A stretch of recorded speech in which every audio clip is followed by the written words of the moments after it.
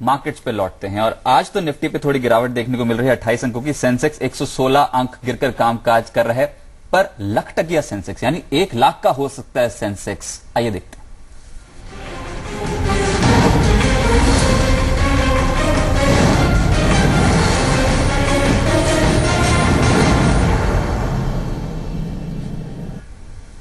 लाख टकिया सेंसेक्स हमारी खास पेशकश, जिसमें हम बता रहे हैं कि 1 लाख का हो सकता है सेंसेक्स। कार्वी की रिपोर्ट आई है और उसी पे चर्चा करने के लिए मेरे सहयोगी मेरे साथ हैं, विवेक मित्तल, मिहिर भट्ट और साथ ही साथ हमारे खास मेहमान वरुण गोयल जी, हेड पीएमएस हैं कार्वी स्टॉक ब्रोकिंग के। आप सभी का स्वागत है इस स्पेशल शो में।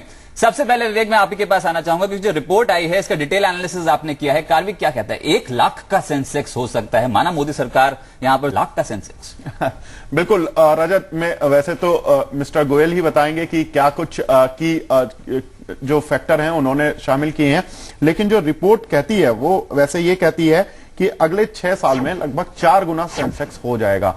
उसके पीछे जो उन्होंने जो तर्क दिए हैं, पहला तर्क है कि ग्लोबली भी कई मार्केट जब अच्छी एक ग्रोथ उनके पीछे रहती है तो वो चलते हैं और काफी तेज चलते हैं और उनमें भी रिटर्न आता है। और अगर हम देखें तो मार्केट को महज हर साल 25% का रिटर्न देना है और हम 1 लाख पर पहुंच जाएंगे अगले 6 साल में।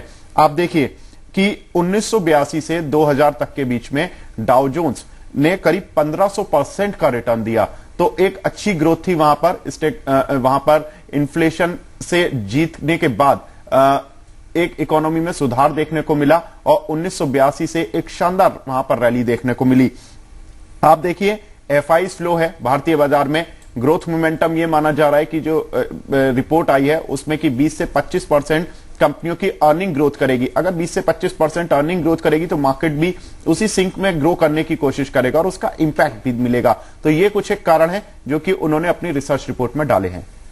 चलिए ठीक है, वरुण जी से ही पूछ लेते हैं कि रिसर्च जो है और 2020 तक जो बता रहे हैं कि सेंसेक्स 1 लाख का हो सकता है। वरुण, आपके कमेंट्स, आपने जो रिपोर्ट पब्लिश करी है कार्वी ने, अभी तक किसी भी ब्रोकिंग हाउस ने 1 लाख की बात तो की नहीं थी। आप पहले ब्रोकिंग हाउस है जिसने यहाँ पर 1 लाख की बात की है, सेंसेक्स पहुंच सकता है। किस आधार पर, की पॉइंट्स क्या है, की हाईलाइट्स क्या है इस रिपोर्ट जी? तो हम अगर देखें तो 1 लाख का आंकड़ा भले ही बहुत बड़ा लगता हो, लेकिन इसमें अगर आप कंपाउंडिंग देखें तो 25% की कंपाउंडिंग, मतलब कि अगर हर साल मार्केट में 25% का रिटर्न आए तो हम 1 लाख तक पहुंच सकते हैं। और जरूरी नहीं है कि हर साल 25% की ही ग्रोथ रहे, कुछ साल होंगे 15% के, कुछ साल होंगे 30, 35, 40% के भी। जो जरूरी चीज ये है कि भारत में एक नई इकोनॉमिक साइकिल का उदय एक तरीके से हो रहा है। हमें ऐसा लग रहा है कि पिछले 2-3 साल जो ग्रोथ में सीवियर स्लो डाउन रहा, हम उससे बाहर निकल रहे हैं।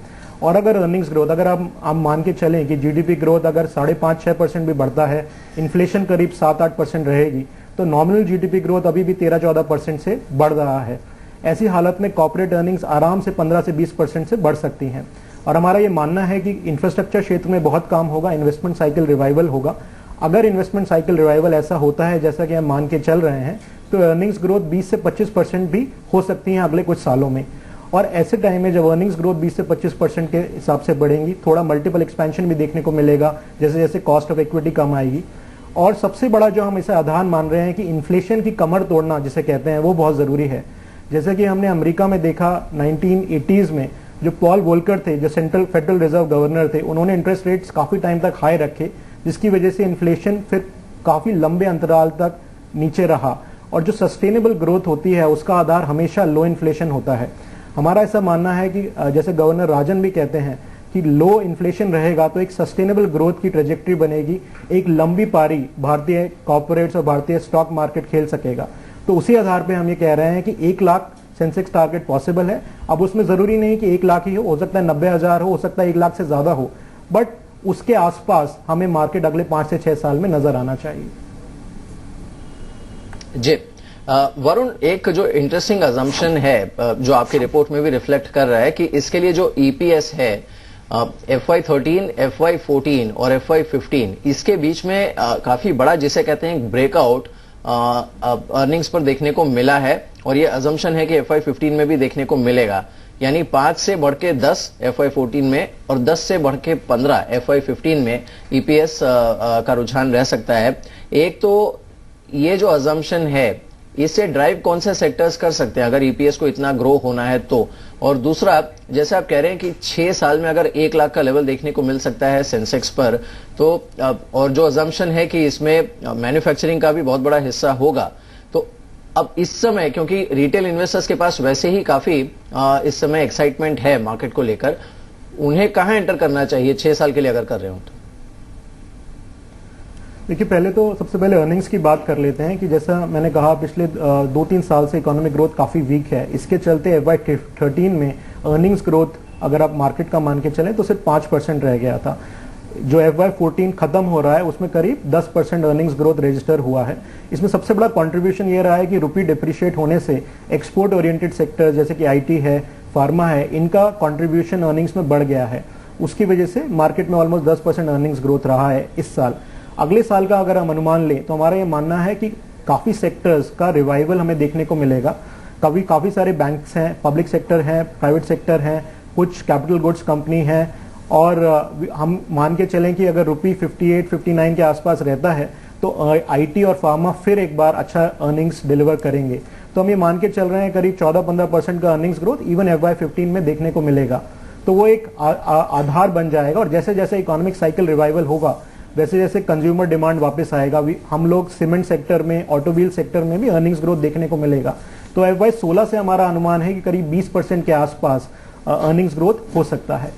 जहां तक निवेशकों का सवाल है, उनको कहां निवेश करना चाहिए, हमारा ये मानना है कि एक लॉन्ग टर्म व्यू अगर मार्केट में लें, बजाय इसकी परवाह करें कि अभी एब्सोल्यूट लेवल 24,000 है या 25,000 है। एक बहुत बड़ा डाउट रिटेल इन्वेस्टर्स के मन में है कि पिछली बार मार्केट जब 21,000 22,000 हुआ था तो बहुत जोर से गिरा था। 2008 की बात कर रहे हैं, लेकिन उस वक्त भारतीय इकोनॉमी करीब $1 ट्रिलियन GDP था। उस वक्त सेंसेक्स अर्निंग करीब 800 रुपए था। अगर हम 2014 की बात करें तो ऑलमोस्ट भारतीय इकोनॉमी इस वक्त $2 ट्रिलियन की है, 1.9 के आसपास। सेंसेक्स अर्निंग्स FY15 की जो हम प्रेडिक्ट कर रहे हैं करीब 1580 से 1600 के आसपास। तो दोनों चीजें ऑलमोस्ट डबल हो गई हैं। जबकि अगर आप सेंसेक्स को देखें तो 21,000 से 24,000 या 25,000 का फासला ही हमने तय किया है। तो एक बहुत बड़ा अंडर परफॉर्मेंस है अगर मैं नॉमिनल टर्म्स में देखूं। और हमारा ये मानना है कि जैसे जैसे ग्रोथ रिवाइव करेगी, इन्वेस्टर्स को शेयर मार्केट में बहुत अच्छे अच्छे रिटर्न्स देखने को मिलेंगे। जी मिस्टर गोयल, आपने बिल्कुल एक काफी इंपॉर्टेंट बात कही है कि जीडीपी ग्रोथ में नॉमिनल जीडीपी जो ग्रोथ होगी वो काफी अच्छी होगी। रिपोर्ट भी यही कहती है कि करीब 13% की नॉमिनल जीडीपी ग्रोथ होगी। तो ये किस तरह से अचीवेबल होगी, और दूसरा कि हम 2020 में जीडीपी के किस लेवल को देख पाएंगे, जो आपने बताया भी कि हम करीब $1.9 ट्रिलियन की इकोनॉमी है, जबकि अमेरिका करीब $13 ट्रिलियन की इकोनॉमी है। तो हम कहां स्टैंड करेंगे जीडीपी की टर्म्स में? देखिए, अगर आप जीडीपी की बात करें तो आज की डेट में $1.9 ट्रिलियन इकोनॉमी है, और हमारा ये मानना है कि अगर हम इस FY15 की रियल जीडीपी ग्रोथ को पकड़ें तो करीब 6% इकोनॉमिक ग्रोथ देखने को मिल सकती है।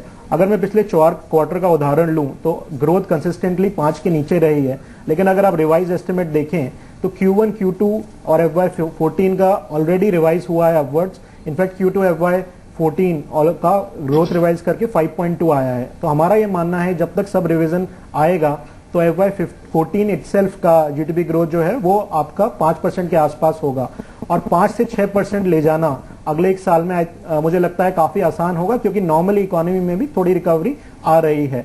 तो अगर 6% रियल जीडीपी ग्रोथ लें, इन्फ्लेशन अगर हम मान के चलें तो करीब 7 से 8% के बीच चल रहा है, तो उस आधार पे हम कह रहे हैं कि नॉमिनल जीडीपी ग्रोथ जो है 13% के आसपास रह सकता है।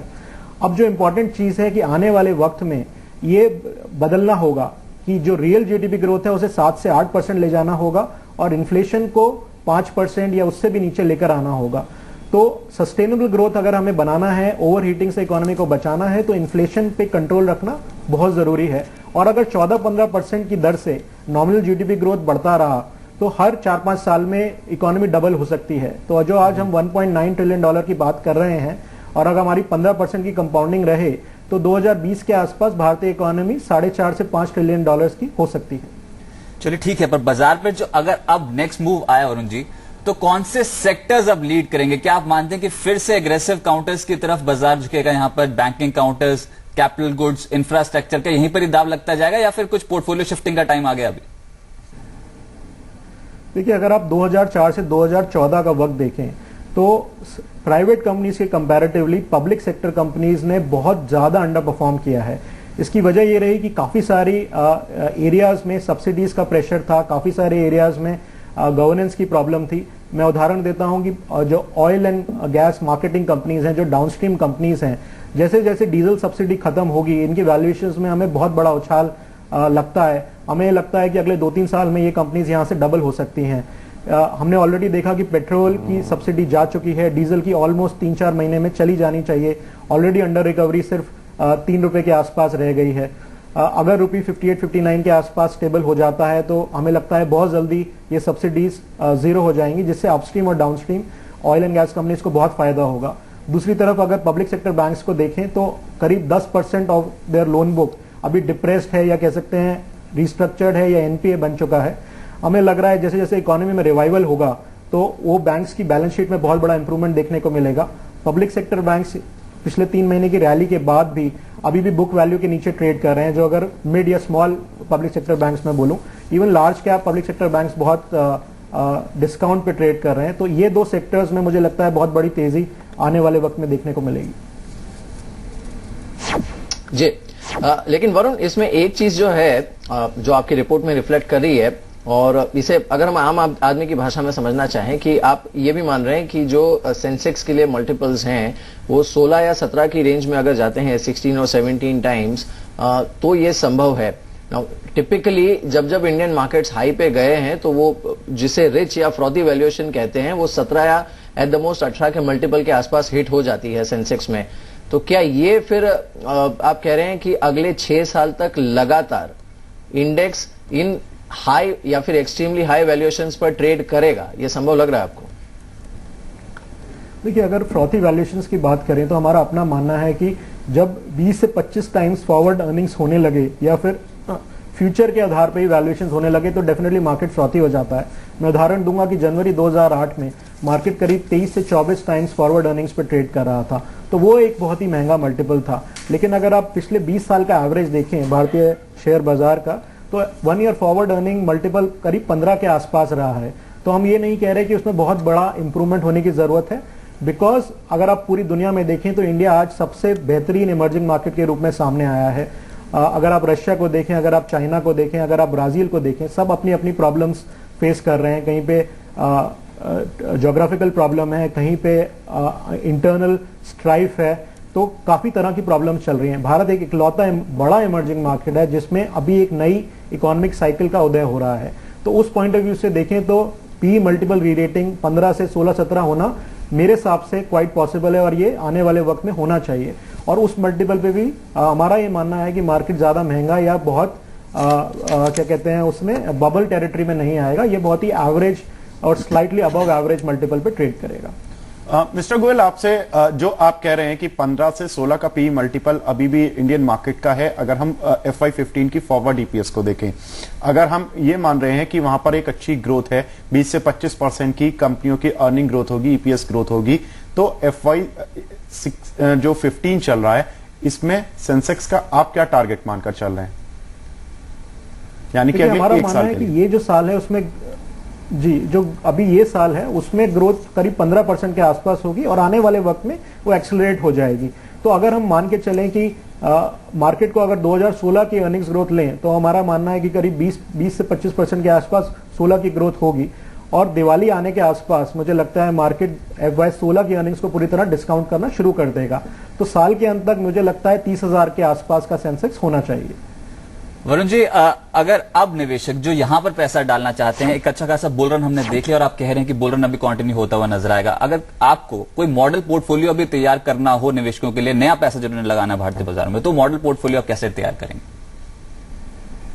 देखिए, हमारा ये मानना है कि काफी सारे जो इन्वेस्टर्स के दिमाग में डर है अभी, क्योंकि पिछली साइकिल काफी पेनफुल रही, 6 साल हमने ऑलमोस्ट नेग्लिजिबल रिटर्न्स देखे मार्केट में, तो इन्वेस्टर्स को थोड़ा लॉन्ग टर्म व्यू लेना पड़ेगा। ऐसा कभी किसी मार्केट में नहीं होता है कि यूनि डायरेक्शनल मूव होता है। 5 से 10% करेक्शन किसी भी लेवल से आ सकता है, वो कब आएगा, किस टाइम पे आएगा, वो कहना बहुत मुश्किल है। लेकिन इन्वेस्टर्स अगर साल, 2 साल, 3 साल का व्यू लें तो यहां से बहुत अच्छे रिटर्न्स देखने को मिलेंगे।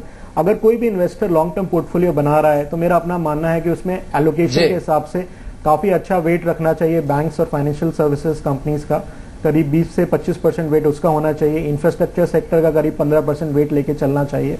ऑटोमोबाइल सीमेंट सेक्टर ये आने वाले टाइम में काफी अच्छा करेगा, तो उसका 10 से 15% एलोकेशन होना चाहिए। और आपके जो डिफेंसिव सेक्टर्स हैं आईटी और फार्मा, उसमें भी अच्छा एलोकेशन रखना चाहिए। बिल्कुल बिल्कुल। और चलिए वरुण, आपने तो अच्छी खबर दी दर्शकों को, हम भी एक अच्छी खबर दे देते हैं और इसके लिए दर्शकों का शुक्रिया भी अदा करते हैं। जी बिजनेस एक बार फिर से देश का नंबर 1 बिजनेस चैनल चुना गया है। जो लेटेस्ट टीआरपी डेटा है उसमें बाकी बिजनेस चैनलों के मुकाबले जी बिजनेस सबसे पसंदीदा बिजनेस चैनल के तौर पर उभरा है। तो फिर से एक बार जी बिजनेस देश का नंबर 1 बिजनेस चैनल बना और इसके लिए हम दर्शकों का शुक्रिया अदा करना चाहेंगे। लगातार नॉन स्टॉप, नई सरकार हो या फिर तेज बाजार, इस पर हमारी नॉन स्टॉप कवरेज लगातार जारी रही है और कोशिश हमारी यही रही है कि दर्शकों का फायदा लगातार कराया जाए। और फिर से एक बार हमारी ये जो कोशिश है उसे दर्शकों ने सराहा है, इसके लिए हम शुक्रिया अदा करना चाहेंगे दर्शकों का, क्योंकि फिर से एक बार जी बिजनेस देश का नंबर 1 बिजनेस चैनल बन के जो लेटेस्ट टीआरपी डेटा है उसमें उभरा है। एचएसएम मेल 25+ में जी बिजनेस का मार्केट शेयर 43% है, यानी 6 प्लेयर्स के बीच में अकेले जी बिजनेस के पास 43% मार्केट शेयर है, जो अपने आप में काफी स्ट्रांग मार्केट शेयर माना जा सकता है। इसके लिए दर्शकों का फिर से एक बार शुक्रिया और कोशिश हम यही करेंगे कि लगातार इसी तरह से दर्शकों को हम उनके फायदे की खबरें बताते रहें, उनके फायदे की चीजें बताते रहें और साथ ही चाहे वो राजनीतिक गलियारे हो या फिर बिजनेस के गलियारे, कॉर्पोरेट गलियारे, सबसे पहले और सबसे सटीक खबर आपके पास पहुंचाई जाए। वरुण, चलते चलते आपसे आखिरी सवाल, very quickly, we don't have much time, लेकिन अगर वाकई इतना ग्रोथ होना है तो फिर क्या ये सही मौका है बाकी एसेट क्लासेस से अपने पैसे निकाल के स्टॉक मार्केट में सवार हो जाने का? देखिए, एक प्रूडेंट इन्वेस्टर जो होता है वो अपने सारी ऐसे कहते हैं ना, don't put all your eggs in one basket. तो हम हमेशा यही कहते हैं इन्वेस्टर्स के पास सब एसेट क्लास, चाहे वो डेट हो, चाहे वो रियल एस्टेट हो, चाहे वो प्रेशियस मेटल्स हो, उसमें एलोकेशन रखना चाहिए। लेकिन हाँ, ये वक्त जरूर है, अगले कुछ सालों में इक्विटी का हाईएस्ट रिटर्न सब एसेट क्लास में होना चाहिए। तो इन्वेस्टर्स को चाहिए कि इक्विटी में एग्रेसिव एलोकेशन अभी करें। चलिए, बहुत बहुत शुक्रिया वरुण आपका हमारे साथ जुड़ने के लिए और बताने के लिए कि सेंसेक्स का जो लक्ष्य है वो कार्वी सोचता है कि 1 लाख तक पहुंच जाएगा अगले 6 साल पे। तो उम्मीद करते हैं कि निवेशक यहां पर जोरदार कमाई करें अगर सेंसेक्स 1 लाख पहुंचता है तो, और ज्यादा से ज्यादा रिटर्न आपको मिलते हुए नजर आए। और जी बिजनेस की हमेशा से कोशिश रही है कि आपको अच्छे से अच्छे ट्रेड्स हम बताने की कोशिश करते हैं। मेरा आपका बहुत बहुत शुक्रिया, साथ ही साथ विवेक आपका भी बहुत बहुत शुक्रिया डिटेल एनालिसिस करने के लिए। फिलहाल इस खास पेशकश से इतना ही। आप देखते रहिए जी बिजनेस, आपका फायदा। नमस्कार।